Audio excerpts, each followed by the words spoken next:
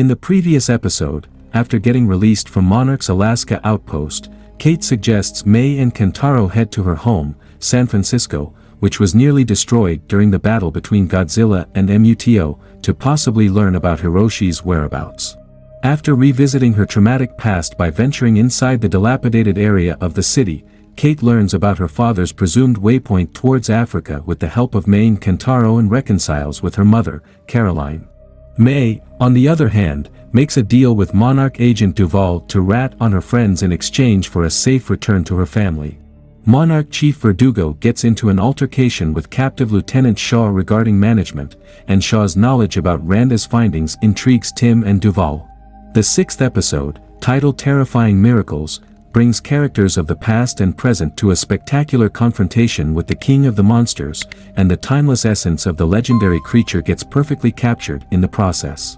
The third episode highlighted how Shaw had managed to convince General Puckett into letting Monarch get financial support from the United States government, and as the sixth episode begins, the problematic sides of the deal start surfacing.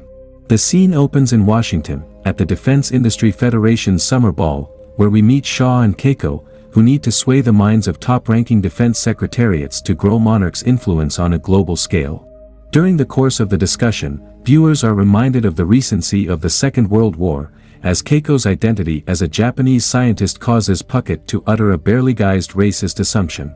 Later, Keiko expresses her grievances to Shaw, who has by now found himself in a precarious situation of being stuck between life as a Monarch explorer and allegiance to the army. Shaw expresses his trust and appreciation for Keiko's strength of character, and the duo gets close while dancing at the ball.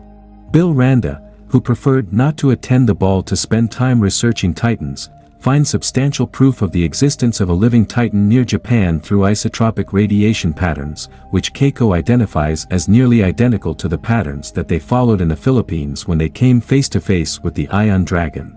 Bill and Keiko plan to visit the exact location, but the duo finds Shaw unwilling to let Keiko go on a potentially dangerous mission like facing a primeval radioactive monstrosity. However, at the same time, Monarch's budget proposal presentation to the Defense Committee is another ordeal that needs immediate attention, and upon Bill and Keiko's request, Shaw disgruntledly agrees to stay behind to handle the meeting. In Alaska, Duval intercepts a Monarch transit carrying a captive Shaw and breaks him free. Turns out, being kept in the dark under Verdugo's command has tested her patience for just long enough, and seeing how Shaw's knowledge and Bill Randa's findings have proven to be much more accurate in assessing Titan shenanigans than Monarch's usual modus operandi, Duval has decided to turn her back on the established leadership. Additionally, Duval's personal stake is disclosed, as it is revealed she is the sister of Sandra Brody, the nuclear physicist who lost her life during the Janjira nuclear plant collapse caused by MUTO in Godzilla, 2014. Duval is one of those hapless souls who lost their loved ones during the emergence of the Titans, in her case even before the G-Day, and joined Monarch to never let the tragedy repeat itself. No wonder she grew restless due to Monarch's inability to handle the Titan situation and has started to act on her own. Thanks to May's tips, Duval learns about the location of the Randa kids and, taking Shaw with her, arrives right at Caroline's doorstep, as she assumes their search for their father, Hiroshi Randa, might inadvertently help in untangling the Titan situation as well. The kids are surprised to see Shaw with Duval, as their past experiences with the Monarch agent were not really pleasant, to say the least. However, Shaw vouches for Duval, explaining how she has defected from Monarch, and requests that the Randa siblings show the waypoint to Hiroshi's next possible destination, which they have learned after finding the specialized map at Hiroshi's office.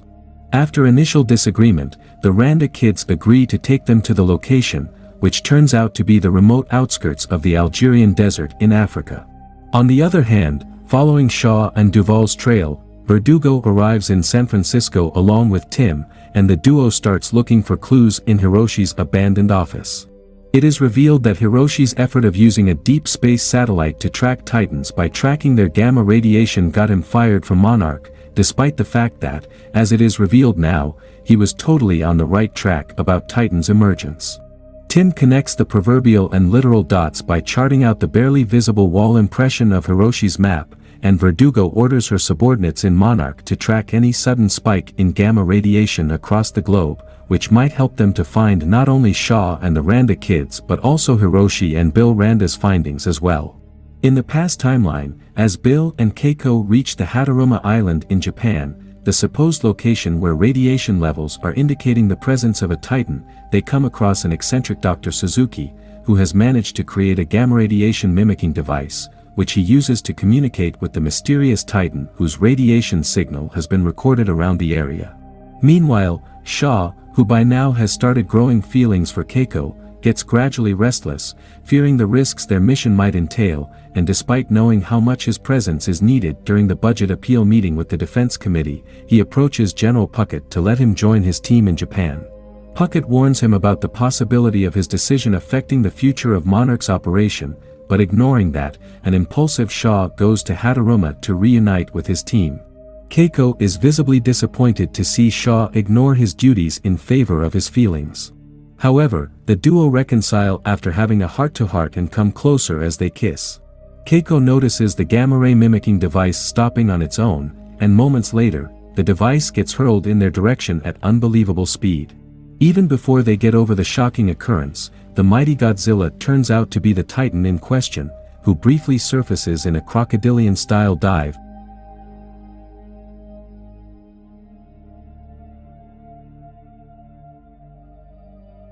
The emergence of Big G puts everyone present through an emotional experience of their own. Bill and Suzuki are overjoyed and humbled to see the creature in front of them. Keiko is relieved to consider that the Castle Bravo incident didn't kill Godzilla, while Shaw is in utter shock and disbelief considering the same, but from a different perspective.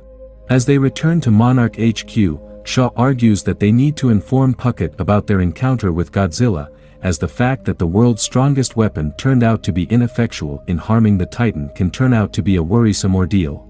Keiko rightly voices her concerns that it might prompt Puckett and other trigger-happy knobheads to try even more severe weapons on Godzilla or the other Titans, but eventually agrees to inform them of at least something to cover up for their absence during the meeting. However, as they enter the HQ, they find out a complete overhaul of Monarch's leadership has taken place in their absence.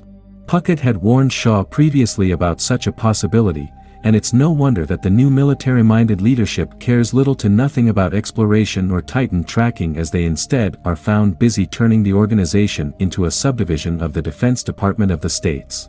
One lousy mistake by Shaw cost the team dearly and changed Monarch's chain of command in such a way that it explains the organization's subverted modus operandi in the present timeline.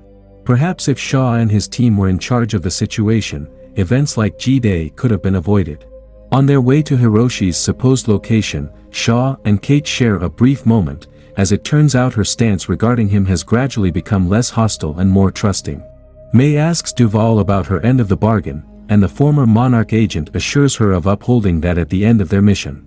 As Shaw and Duval bring the team to a campsite near the Algerian desert, Kate shares her unwillingness to assist, seeing Monarch henchmen working with them, but it turns out that a faction of Monarch's renegade members have decided to turn their back on the organization and, under Duval's guidance, are considering Shaw to be their new leader. Strange how history almost always finds a way to repeat itself. Shaw lost the leadership due to his foolishness and now has the chance to turn things around. Anyway, Kate is hesitant to continue the mission despite Shaw's earnest requests, noticing which Duval signs May to convince Kate, which works like a charm as the team continues their journey. After reaching the location highlighted on Hiroshi's map, the team indeed sees Hiroshi from afar, and the Randa siblings are overjoyed to see their father alive. After searching halfway across the world, the team has finally found Hiroshi Randa, and it seems it's time for a bittersweet reunion. However, their happiness turns out to be temporary, as Shaw notices Hiroshi's pickup van carrying a similar gamma radiation mimic, or, in this case, tracking device, and sees Hiroshi frantically waving towards them to flee from something. Shaw pleads with them to do so, but at the same time, Tim and a team of Monarch's mercenaries show up on the horizon in a chopper. However, even before the chopper could land, a vicious earthquake-like phenomenon occurs that completely destroys nearby areas, and Shaw and company barely survive the ruckus that ensues. The massive collapse turns out to be caused by the emergence of Godzilla, who was resting in the location for some time, and while waking from his slumber, he shares a glance with Kate, completely overwhelming her.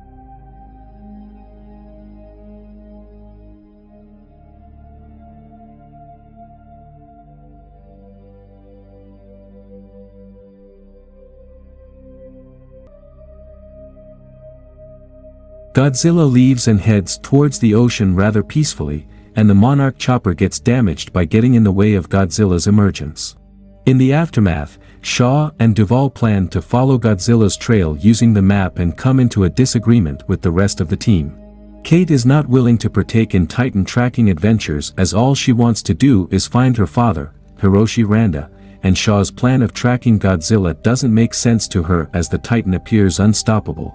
Shaw's reply that he is not willing to stop but rather wants to help Godzilla baffles the team, with May further considering him to be insane. Shaw offers the team to join his cause for one final time, which May and Kate promptly refuse, followed by Kentaro, who hesitantly agrees to side with them in this context. Along with Duval, Shaw leaves the team with food and necessary supplies and directs them towards the nearest establishment. However, soon the team seemingly loses their way. Without money and a phone, it becomes a concerning situation, and May decides to confess her betrayal, that it was her information that led Duval to their doorstep. Needless to say, the revelation strikes a discord between the team, and as the episode ends, viewers are left to wonder about the fates of everyone involved. The question the ending of the episode raises is what Shaw meant by helping Godzilla, which seems to be in conjunction with his previous claim that an incident even more severe than the G-Day is likely to occur sometime soon. The extent to which Godzilla's trajectory points towards another Titan threat like MUTO remains unknown, but one thing is certain: Hiroshi's waypoint and Shaw's Godzilla trail will inevitably converge again, which means the Randa siblings will eventually have to work together with Shaw irrespective of how they feel about Monarch. Thank you for joining us on this journey. And I hope you enjoyed the episode of Monarch, Legacy of Monsters.